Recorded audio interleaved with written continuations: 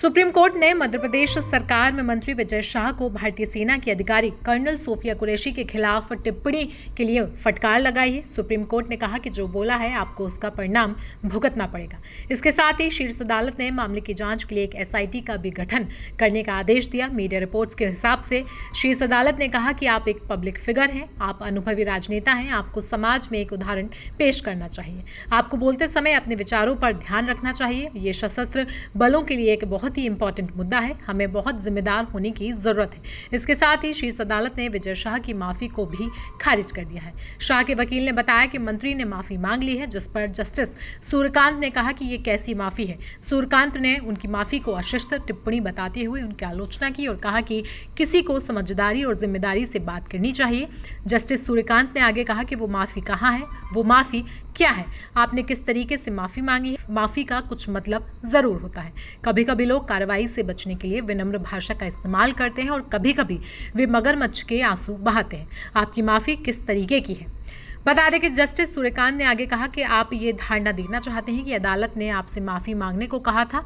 अब तक आपको अपनी अभद्र टिप्पणियों पर ईमानदारी से माफी मांगने से किसने रोका है। इसके साथ ही कोर्ट ने मध्य प्रदेश सरकार से भी पूछा है कि इस मामले में अब तक क्या कार्रवाई की गई है और पुलिस से मामले की स्थिति के बारे में भी कोर्ट ने पूछा। सुप्रीम कोर्ट ने आगे कहा कि हम एसआईटी बना रहे हैं, इसमें 3 आईपीएस होंगे जो एमपी के बाहर के होंगे। हम मामले पर बारीकी से नजर रखेंगे, जो बोला है उसका परिणाम भुगतना होगा।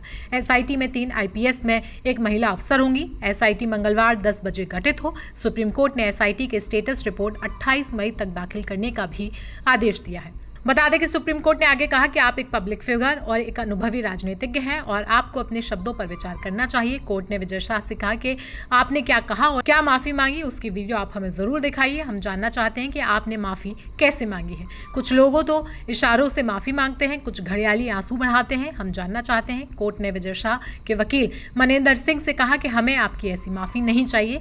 आप पहले गलती करते हैं, फिर कोर्ट चले आते हैं।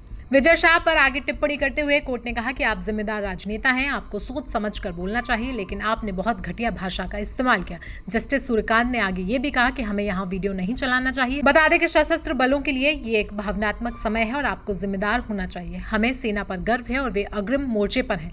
कम से कम हम ये तो कर ही सकते हैं। सुप्रीम कोर्ट ने आगे कहा कि मंत्री के बयान से पूरा देश इस समय शर्मसार है और मंत्री को उचित माफी मांगकर या माफी के साथ खेद व्यक्त करते हुए सही साबित करना चाहिए।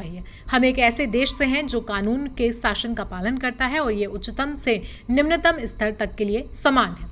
बता दें कि मध्य प्रदेश सरकार में मंत्री विजय शाह का कर्नल सोफिया को लेकर जो बयान दिया था उससे पूरे देश में गुस्सा है।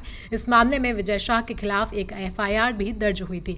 इस बीच कर्नल सोफिया के परिवार ने भी विजय शाह के खिलाफ सख्त कार्रवाई की मांग की थी। यहाँ तक कि उनका इस्तीफा भी उनके परिवार वालों ने मांगा था। बता दें कि मीडिया रिपोर्ट्स के हिसाब से विजय शाह ने एक कार्यक्रम में कहा था कि हमारी बेटियों के सिंदूर उजाड़े गए थे, उन्हीं कटे पिटे लोगों को उन्हीं की बहन भेजकर उनकी ऐसी तैसी करवाई गई है।